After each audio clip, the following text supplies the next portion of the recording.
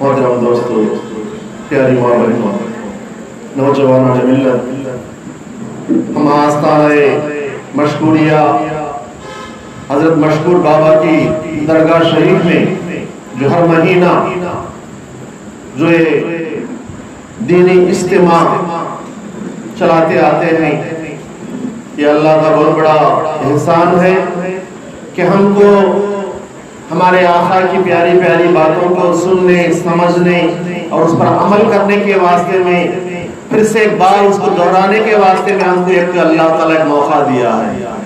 इंशाअल्लाह तो हम भी क्या है, तो ऐसे प्रोग्राम में जो भी बात सुनते हैं उसके ऊपर अमल करना और उसको दूसरों तक ले जाना और ये सिलसिले को कायम करना, ये हमारे लिए जरूरी है।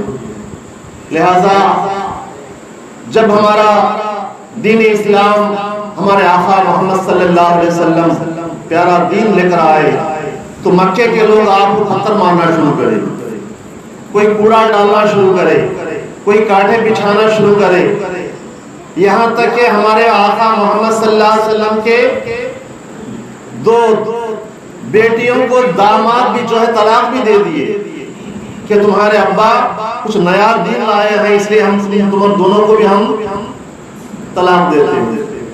इस तरीके से हमारे आका के ऊपर भी जब दीन इस्लाम को फैलाना पड़ा तो बहुत सारे मुश्किलों का सामना भी करना पड़ा। इधर दुनिया के हिसाब से हमारे आका मोहम्मद सल्लल्लाहु अलैहि वसल्लम के दो नरीना औलाद, दो बेटे भी आपके बचपन में ही इब्राहिम और कासिम बोल के दो बच्चे भी आपके बचपन में ही पर्दा फर्दा हुए। तो इस तरीके से मोहतरम दोस्तों, अल्लाह ताला हमारे आका मोहम्मद मुस्तफ़ा सल्लल्लाहु अलैहि वसल्लम को ऐसा प्यारा दीन भेजा है कि इस दीन को जैसा अल्लाह ताला रब्बुल आलमीन है, जैसा कि हम अल्लाह को याद करते हैं कि क्या अल्लाह सिर्फ मुसलमानों का नहीं, अल्लाह क्या सिर्फ हिंदुओं का नहीं, अल्लाह के किसी दूसरे कौम वालों का नहीं, बल्कि अल्लाह क्या है, वो रब्बुल आलमीन है, तमाम आलम के वास्ते में अल्लाह की जात है। तो उसी तरीके से प्यारे आका पैगंबर जो प्रॉफिट है हज़रत मोहम्मद मुस्तफ़ा सल्लल्लाहु अलैहि वसल्लम, आपकी तालीमात भी क्या है, वो भी रहमतल लिल आलमीन है।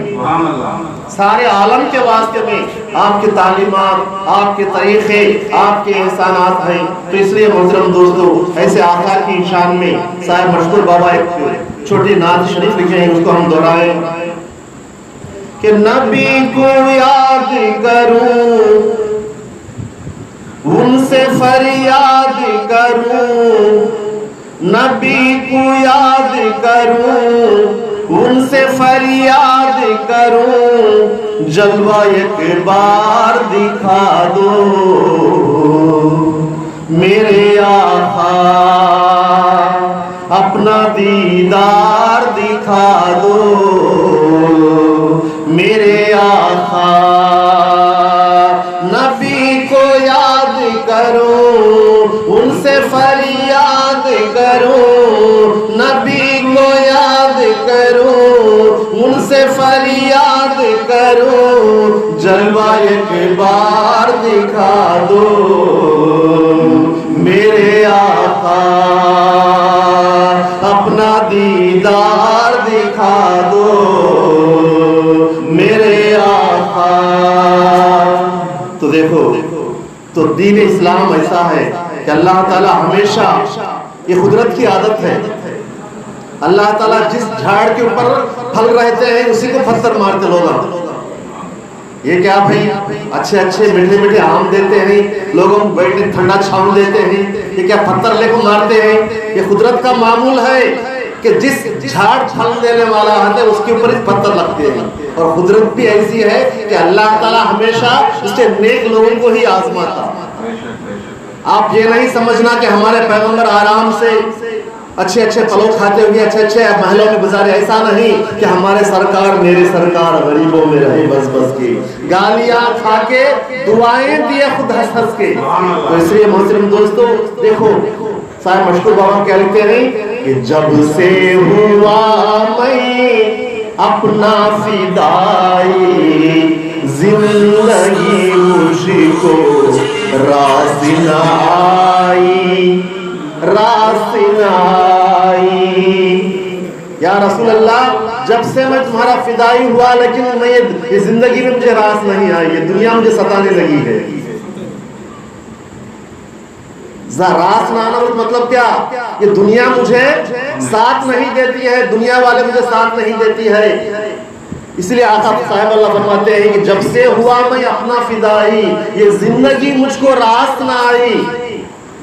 मैं हूं बीमार इधर, तुम हो सरकार उधर, या रसूल अल्लाह ऐसे में मैं तुम्हारा दामन नहीं छोड़ूंगा, फिदा का आदमी हो भी या रसूल अल्लाह।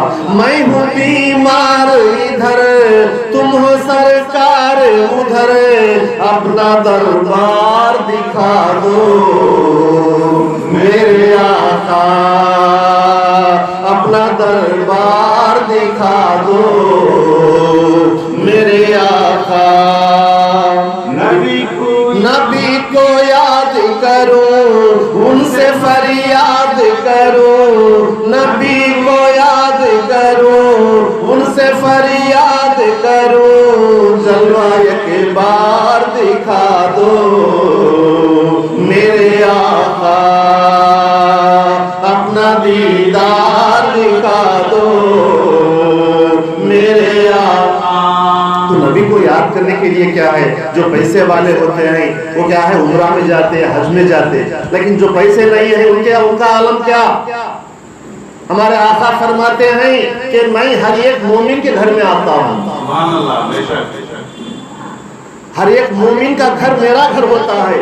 इसीलिए फरमाते हैं मौला अली मुश्किल कुशा क्या, सरकार इमाम जाफर सादिक अलैहिस्सलाम क्या, इमाम बाखर क्या, सिर्री सख्ती क्या, और गौसे आजम क्या, गरीबुल नवाज क्या, और हाल में जो कल बाबा ताजुद्दीन नागपुर वाले बाबा क्या है, ताज वाले बाबा बोल के हिंदुस्तान क्या बल्कि महाराष्ट्र में जो आपका दरगाह शरीफ है, महाराष्ट्र में बाबा ताजुद्दीन की दरगाह शरीफ है, वहां पर ज्यादा क्या है, हर कौम वाले, चाहे वो हिंदू हो, मुस्लिम हो, सिख हो, ईसाई हो, हर घर में भी आपकी फोटो होती, हर दुकान में भी आपकी फोटो होती, हर एक हॉस्पिटल में भी आपकी फोटो होती।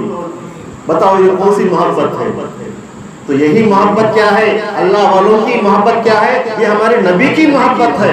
इसीलिए मोहतरम दोस्तों देखो, बाबा ताजुद्दीन की बात याद आ गई तो मैं आपके सामने उनका जिक्र करते हुए अपनी बात को खत्म करूं कि देखो, हम समझते हैं कि अल्लाह वाले दुनिया में आए, पर्दा हो गए, पर्दा हो गए। दुनिया वाले क्या समझते हैं, पर्दा हो जाने के बाद अब उनका कुछ भी नहीं चलेगा, लेकिन कुरान कहता है कि वला तक़ूलू लिमन युक़्तलू फी सबीलिल्लाह, जो अल्लाह की राह में मारे गए हैं तुम उनको मरे हुए ना समझो, वो जिंदा हैं, बस वो एक घर से दूसरी घर की तरफ बदले। हमें भी बहुत सारे घर बदल को है, क्या फखर साहब कितने घर बदल को इतने जरा बोलो, कितने? 7। अभी लेकिन मैं कहता हूँ जो मशहूर बाबा की जो तालीम, उनकी खिदमत में, उनकी सोहबत में हमने जो पाई है, बुजुर्गों की तालीमात जो सुने हैं, देखो पहले क्या है, पहला घर जो अल्लाह ताला सबके अरवाह, सबके रूहों को रखा एक जगह में, आलम में अरवाह, वो एक घर, वहां से कहाँ आए, माँ के पेट में आए, वो भी एक घर, वहां भी खाते हैं पीते हैं, वहां भी सोते हैं। दूसरा घर, तीसरा घर दुनिया में आए, माँ की पेट से फिर ये जमीन के पेट पे आए, तीसरा घर, हाँ भी खाते हैं पीते हैं, तीसरा घर, फिर यहाँ से फिर खबर की पेट में जमीन में गए, चौथा घर, फिर यहाँ से फिर अल्लाह ताला फिर सबको अपने खबरों से उठाने वाला है। 5वां घर।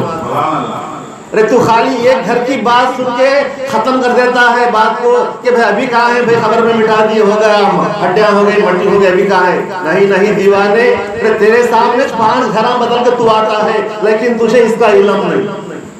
ये इल्म पाने के वास्ते में किसी न किसी एक अच्छे उस्ताद की सोहबत में बैठा तो तुझे उसका इल्म होता।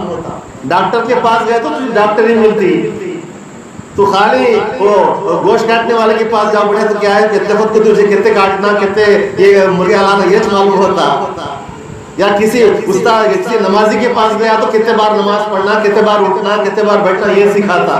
या किसी साहिबे करामत के पास गया तो तुझे अल्लाह वालों का मकाम क्या है, वो पहले कैसा थे, दुनिया में आने के बाद कैसा थे, और दुनिया से फिर खबर में जाने के बाद वो लोगों को कैसा मदद करेंगे, ये मकाम क्या है, वो मकाम क्या है बोल के अल्लाह वालों की पहचान तुझे होती। क्योंकि अगर ये बात नहीं साहब ये खाली तुम्हारी बात ही है बोले तो कुरान झूठा हो जाता।